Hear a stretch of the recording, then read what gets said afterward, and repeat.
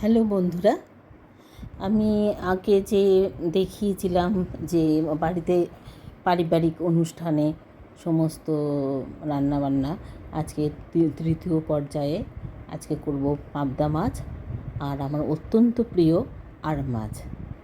খুব চট করে আমার আড় মাছটা কিন্তু খুব চট করে করা যাবে, কিন্তু পাবদা মাছের আগে একটু রেডি করার ব্যাপার আছে। যেরকম আমি সেখানে কালো জিরে, সাদা আর কালো সর্ষে, পোস্ত, কাঁচা লঙ্কা, নুন আর অল্প সামান্য একটু সাদা তিল দিয়ে দেবো।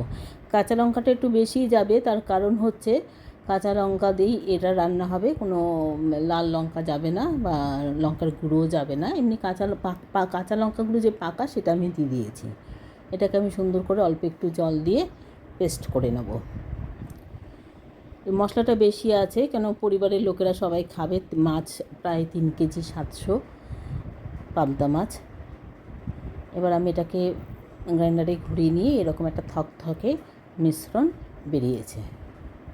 এবার পাবদা মাছে নুন হলুদ মাখিয়ে নিয়ে আমি এই রান্নাটা কিন্তু সর্ষের তেলে হবে। কড়াই গরম হয়ে গেলে আমি এটাকে তেল দিয়ে দেবো।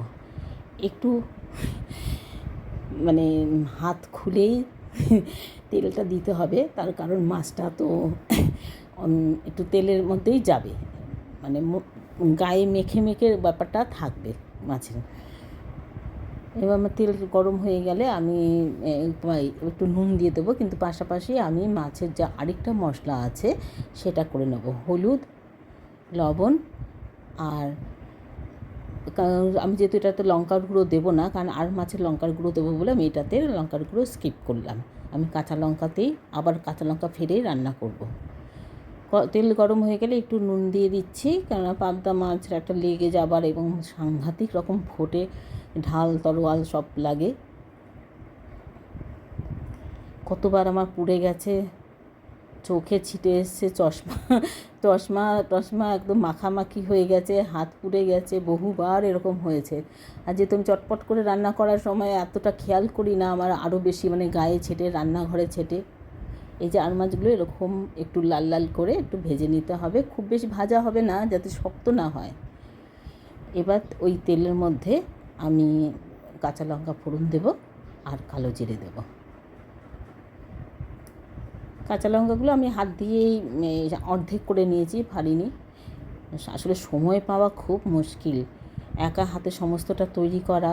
তারপর হলুদ নুন দিয়ে দিলাম, তার উপর আপনাদের জন্য আমি ভিডিও করছি, ভিডিওটা বানাচ্ছি, আমি শেয়ার করব, সবাই দেখবে আমার বন্ধুরা।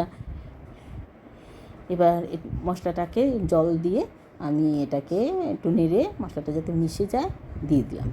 এবার একটু তেল বেরিয়ে আসবে, রং যখন ধরে আসবে তখন আমি আবার একটু জল দিয়ে দিয়েছি, আপনারা দেখতেই পেয়েছেন।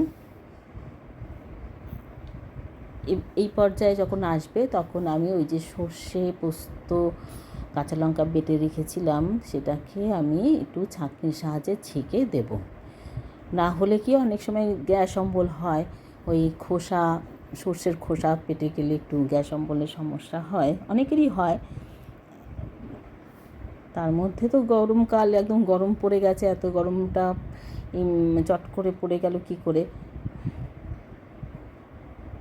ওই মশলাটাও কষে এসে এবার আমি পরিমাণ মতো জল দিয়ে দেবো। যেহেতু মাছ অনেকগুলো, মাছগুলো যাতে ভিজে যায়, মাখা মাখা হবে কিন্তু ভিজে যাবে, সেই জন্য আমি একটু সেই অর্ধেক কড়াই মতো জল দিয়ে দিলাম। এবার যখন টকবক করে প্রায় ফুটে আসবে, আমি ধনেপাতা আগের থেকে ভিজিয়ে রেখেছিলাম আধ ঘন্টা আগে নুন জলে, সেগুলো কুচু করে হাত দিয়ে কেটে দিয়েছি, বটি ইউজ করিনি, বটি বা কাঁচি কোনোটাই ইউজ করিনি। এটা যখন খুব ভালো করে টকবক টকবক করে ফুটবে, কেননা পাবদা মাছ কিন্তু কড়াইতে আর রাখা যাবে না, ঝোলে দিয়েই এটাকে তুলে নিতে হবে। তারপর ঠান্ডা হয়ে গেলে একে নামিয়ে নিতে হবে। ওই জন্য এটা যতটা আমার যদি ফোটানোর প্রয়োজন হয়, আমি জল কমানোর বা গ্রেভিটা একটু হওয়ার জন্য সেটা আমি মাছ দেওয়ার আগেই করে নেব। দেখুন, এবার আমি একটা একটা করে মাছ দিয়ে দেবো।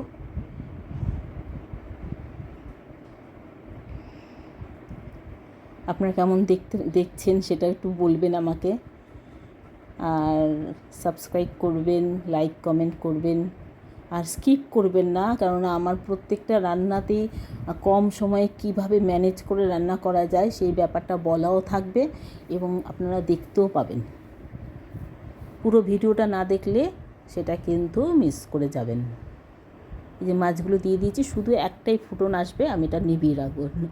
এবার নেবানোর পরে যখন এই যে এই কালারটা চলে এসছে কড়াইতে, এবারে আমি আলাদা আলাদা করে ডিশে 3 ভাগে রেখে দিয়েছিলাম। এবার চলে যাব আর মাছও 3 কেজি। এর মধ্যে হলুদ, লঙ্কার গুঁড়ো, হলুদ আর নুন মাখাবো। কাঁচা তেলও মাখানো হয়, কিন্তু আমি এই ক্ষেত্রে মাখাবো না, কেননা আমি কড়াইতেই অনেকটা তেল দিয়ে দেবো। এটাও সরষের তেলের রান্না।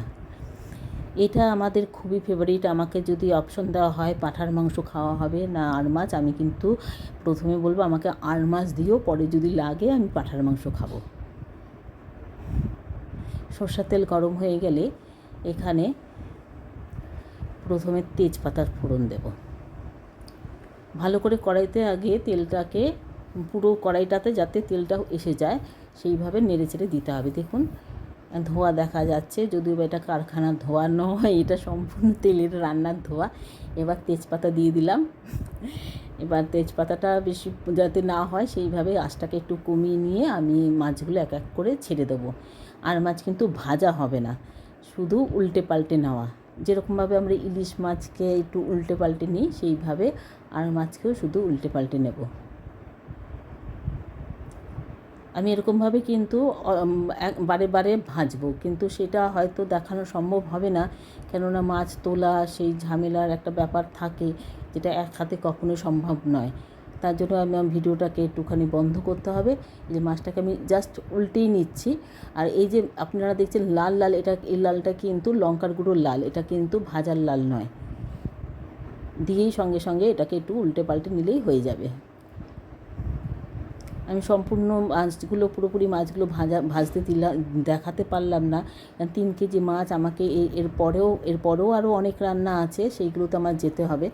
তার জন্য আমি আমার গ্যাস কড়াই সবই ফাঁকার দরকার। আবার ওদিকে সকালবেলা একপাশে চা আমাদের বারে বারে হয়, বাঙালদের যেরকম হয়, বাঙাল কেন সবার বাড়িতেই হয়, তারপর ছুটির দিন বলে কথা, একবার চিনি ছাড়া, চিনি দেওয়া, আদা দেওয়া, এরকম বিভিন্ন রকম চা হয়। এই যে মাছটাকে এবার আমি একে একে করে তুলে নেব।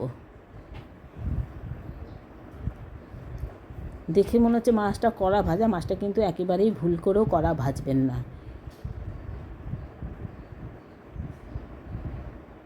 এবার আমি তেলের মধ্যে সবটা মাছ নেওয়ার পরে আমি এটা ভিডিওটা করতে পারিনি। এবার আমি সামান্য ওই যে বাটিতে আমি এটা মাখিয়েছিলাম, সামান্য হাফ কাপ বা 1 কাপ যেরকম আপনার প্রয়োজন হবে জল দিয়েছি। জল দিয়ে মশলাটা যখন কষে তেল বেরিয়ে এসে তখন আমি একে একে মাছগুলো দিয়ে দেবো। আমার কিন্তু এটার মধ্যে আর কোনো কিছু মশলা যাবে না, একমাত্র একটা জিনিস যাবে, যেটা ছাড়াই এই মাছ আধুরা।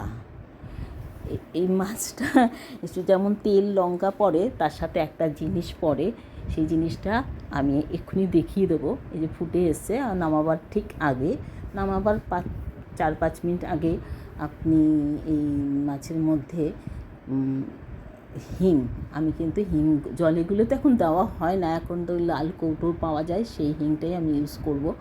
আমি ডাইরেক্ট হিং দেবো, যেহেতু আমার এটা করে অভ্যাস, এবং আপনারা কিন্তু একটু জলে গুলে দিলে সেটা মিশে যাবে। আমি যেহেতু এই মাছ আমি বারে বারে করেছি, এই সপ্তাহে আমি আবার পরবর্তীকালেও আমি এই মাছ করেছি, কারণ সবটা মাছ আমাদের ঘরে এই আর মাছটা সবারই খুব প্রিয়। আমাদের সপ্তাহে 1 দিন এরকম এই মাছটা হবেই। আর এই মাছের মাথা দিয়েও একটা সুন্দর রেসিপি হয়, যেটা আমার শ্বশুরবাড়িতে এসে শেখা। আর এই রান্নাটা কিন্তু আমার বাপের বাড়ির রান্না, আর মাছ হিং দিয়ে। আমি হিঙের কৌটো খুলছি, কিন্তু এক হাতে খুলতে পারছি না। এবার কি করা যাবে, একটু জল দিয়ে এটাকে একটুখানি জাল দিতেই হবে, কেননা জলটা বেশি টেনে গেলে তখন তো পাতে দেওয়া যাবে না। এটাও মাছটা মুছেই মূলত খাওয়া হয়, যে দেখতেই পাচ্ছেন লঙ্কা তেলে ভর্তি। এবারে আমি এটার মধ্যে এই যে লঙ্কার কৌটো, হিঙের কৌটোটা খুলতে পেরেছি, আমি ঢেলে দেবো। সবটা কিন্তু নয়, আমার এই হিংটা কিছুটা ব্যবহার করা ছিল, এটা আন্দাজ মতো দেব।